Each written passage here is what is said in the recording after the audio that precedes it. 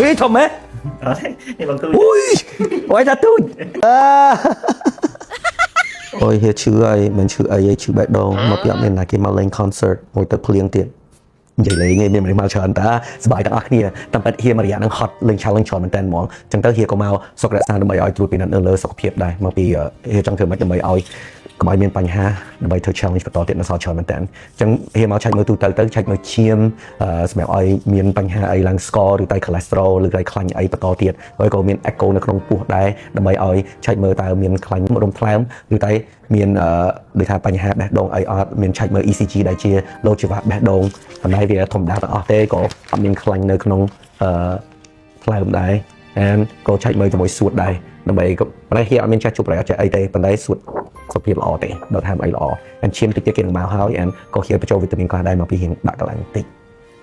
ចឹងថ្ងៃហ្នឹងអត់មានអីជាច្រើនទេមានតែប៉ុណ្្នឹងទេអត់មានឈឺអីអ្នកទាំងអស់គ្នាអត់មានការព្រួយបារម្ភទេ and នៅ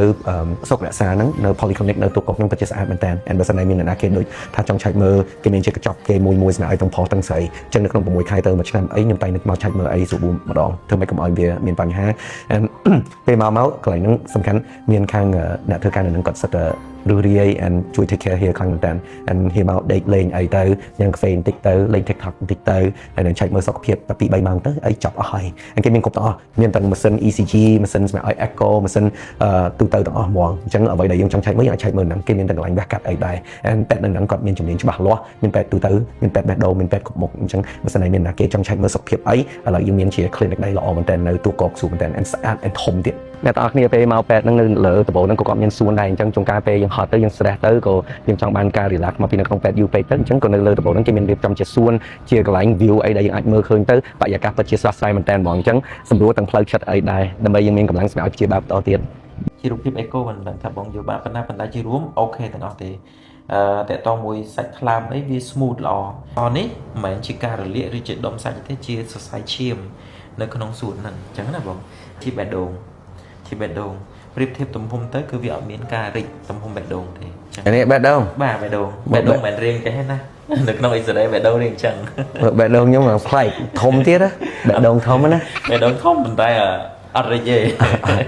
អញ្ចឹងកន្លែងនេះកន្លែងជាសួតរបស់ហ៊ានកន្លែងខ្មៅសួតទៅវាធម្មតាទេវាមានខ្មៅនៅតម្រង់នៅកន្លែងកាត់ជ្រុងមួយនេះពីរនេះហ្នឹងមានន័យថាវាអត់មានទឹកនៅក្នុងហ្នឹងទេដកទឹកទេ and តសៃសហ្នឹងសិតតែជាតសៃឈាម and កន្លែងនេះ